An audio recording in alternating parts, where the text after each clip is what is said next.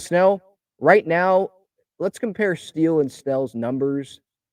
Just looking on Baseball Reference, Steele 2.49 ERA, Snell 2.52, has 159 innings, Snell has 161, so it's about the same. But the strikeouts, it's not even close. Snell has over 200, Steele's only at 159. The whip, 1.255 for Snell, 1.126. So a little bit of a difference there, but it's not huge. 27 starts for Steele, 29 for Snell. So it's not like Snell's going to run away with this thing. It's going to be close. And I hope that voters don't treat this like some voters don't even treat this like an MVP thing, but I just hope that some voters don't look at, oh, well, Steele's in contention, so it means more.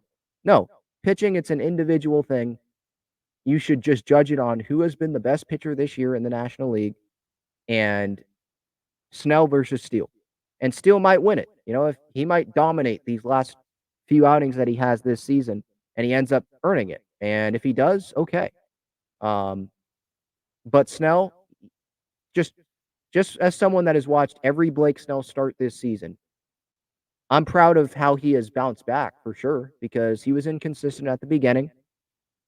But for the last 3 months, probably 3+ months, this guy is, dominated. And you might not say, well, he hasn't really dominated, Ben, because look at how many base runners he's allowed.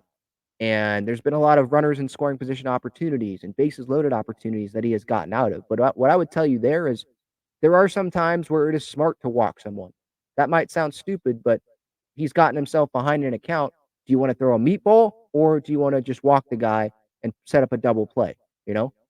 Set up first and second instead of throwing a meatball and maybe it's a 2-run home run. But he's been able to get out of those situations still. So he's been incredible. 4.8 WAR for Snell, 4.3 for Steele. So it's definitely close. Cubs fans would say Justin Steele deserves it. Blake Snell fans, obviously, maybe some Padres fans don't want Snell to win it, but some Padres fans would say no, Snell deserves to win it. So it's definitely going to be fascinating. Zach Gallen, I think his last outing, he threw a shutout, or he went 9 innings, I think, in his last outing. Let me double check that. He has a 3.31 ERA, so it's not super close. I think he has more innings than Steele. But there's been some really blow up outings for Gallen. So I think it's going to come down to Snell and Steele.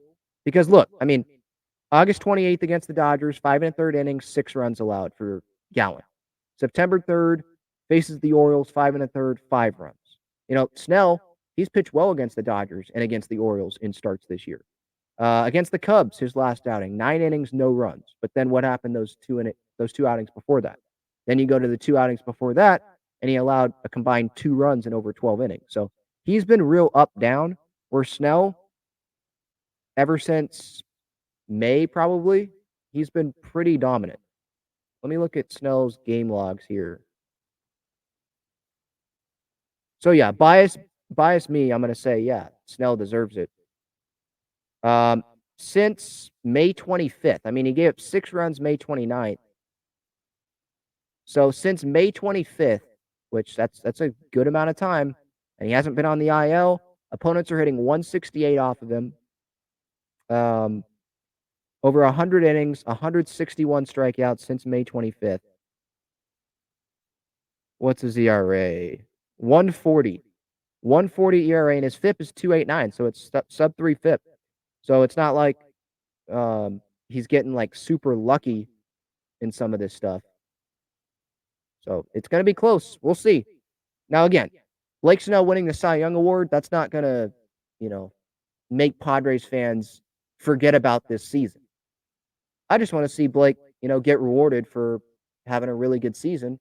And despite, this season being wasted on the Padres, hopefully he'll be able to win that. I don't think the Padres are going to bring back Snell, so it's not like I'm hoping that he loses so the money, he doesn't get as much money. And I don't even know if I really buy into that.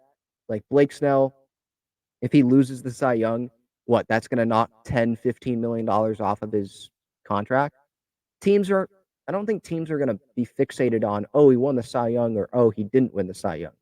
I think they're just gonna look at the numbers because the Cy Young, that's opinions. These are writers. Sure, they're looking at numbers, but it's an opinion. Maybe some writer doesn't like Blake Snell, and that can be the difference, it's subjective. It's a subjective opinion, right? Just like Manny last year with the MVP, I thought he should have won the MVP, but again, that's my opinion, and a bunch of writers' opinions thought that Paul Goldschmidt should have won. Some had Arenado ranked ahead of Manny for some reason. But again, everyone has the right to their opinion. So it's not going to be a landslide. Whoever wins, Steele or Snell or Gallen or whoever you want to throw in there, it's not going to be this like super blowout. It's going to be close. So we'll see what happens. Snell right now, his WHIP is 1.255, over 200 punch outs. Like he has the stuff. And maybe some voters will be like, "Hey, he's already won one." And who's this Justin Steele guy? Maybe some voters like didn't watch Justin Steele this year and they know Blake Snell's name, so they're just going to give it to Blake Snell. We'll see what happens, but it's definitely going to be an interesting race for sure.